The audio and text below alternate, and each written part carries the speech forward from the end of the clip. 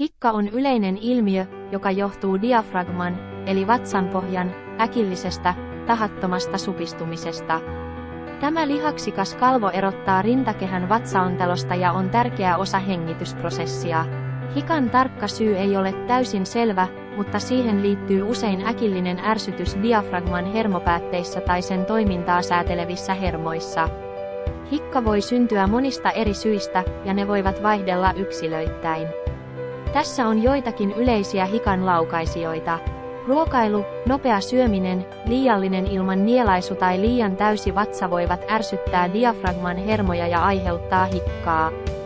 Hiilidioksidin kertyminen, hengitys syvään ja nopeaan tahtiin, kuten voimakkaan naurun tai ahdistuneisuuden aikana, voi aiheuttaa hiilidioksidin kertymistä keuhkoihin, mikä voi laukaista hikan. Juominen, liiallinen alkoholin nauttiminen tai hiilihapollisten juomien juominen voi ärsyttää ruokatorvea ja aiheuttaa hikkaa.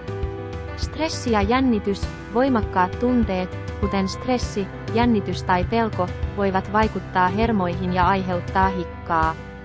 Tietyt ruuat ja juomat, mausteiset tai kuumat ruuat, kuten chilipippuri, sekä hiilihappopitoiset juomat voivat ärsyttää ruokatorvea ja laukaista hikan. Yleensä hikka menee ohi itsestään lyhyessä ajassa, mutta jos se kestää pitkään tai muuttuu toistuvaksi ongelmaksi, kannattaa keskustella lääkärin kanssa. On olemassa erilaisia hoitomenetelmiä, joita voidaan kokeilla vaikeammissa tapauksissa, mutta yleensä hikka on harmiton ja ohimenevä vaiva.